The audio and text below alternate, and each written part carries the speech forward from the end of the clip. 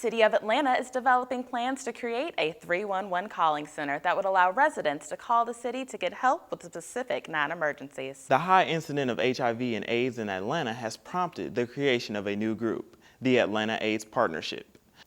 Thanks for joining us on this Thursday, July 22nd, 2010. I'm Dejanique Garrison.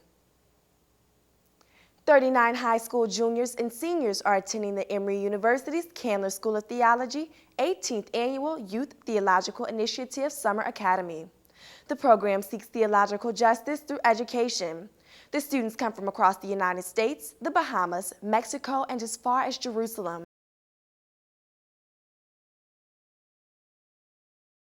Was there something that you take from this experience that you know will just stay with you? She actually got gray hairs playing the character because her body was caught up in the reality of the role she was playing. It's true. I went with about 5 gray hairs and came home with 50. Seriously, in a matter of weeks.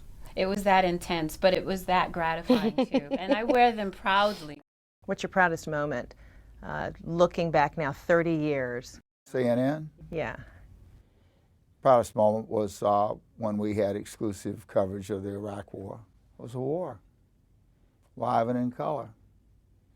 And nowhere before in history had news media from a foreign country ever been able to broadcast live behind the lines. June 9th, 1964, you mentioned this is a very painful time to relive, but you decided to put it together again, or relive it. It really wasn't painful. It was, I think, a critical point in the movement. It was probably the most rigorous test that nonviolence had, and we passed it. From an Eastern perspective, it's tradition. From Western, it's unfair to women. And Craig asked this, do you ever regret relinquishing control of CNN? Absolutely. I said that before, I think. That's my biggest regret. So what are you hoping is the lesson that can be imparted for anyone who goes, whether you are troubled or encounter some of these struggles or not? At the end of the film, there's a line, "I found God in myself and I loved her fiercely." We are our tools of expression. There's no boundary. So there's no separation. There's not a piano where the art happens. All the art happens here.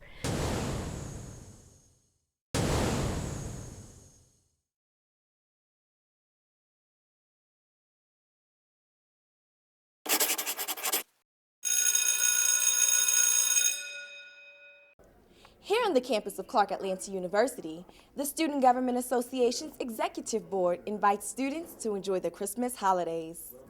With the recent publication of the Vibe article, The Mean Girls of Morehouse, students of the Atlanta University Center give their views on the topic. Well, the people I know from Morehouse, they really don't really care because it's not them running around, but at the same time, it's their school. And of course, they're going around with all this Morehouse Pride. All of a sudden, you see Morehouse Pride, oh, that's the dudes with the skirts on and stuff, you know what I'm saying? So, I mean, it don't affect them, but at the same time, it do because it's their school. In the article, former Morehouse students express the disparities they face because of the alternative lifestyle they choose to live. Arrington Crawford expresses different sentiments. Not in line with Morehouse's standard of the dress code in which President Franklin has put in place. It causes those that are not yet reaching the standard to reach up to it, and those that are over and above the standard to come down, and everyone meets at a happy medium. We as students at Morehouse definitely do accept the lifestyle, but more so we don't agree with the expression of it. Students on the campus of Morehouse College continue to take pride in their institution despite the negative views. I'm Dejanique Garrison, In Class News.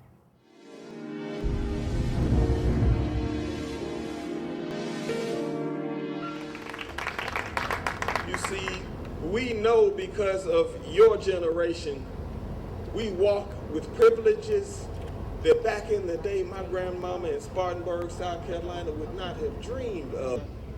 Big way. Yeah.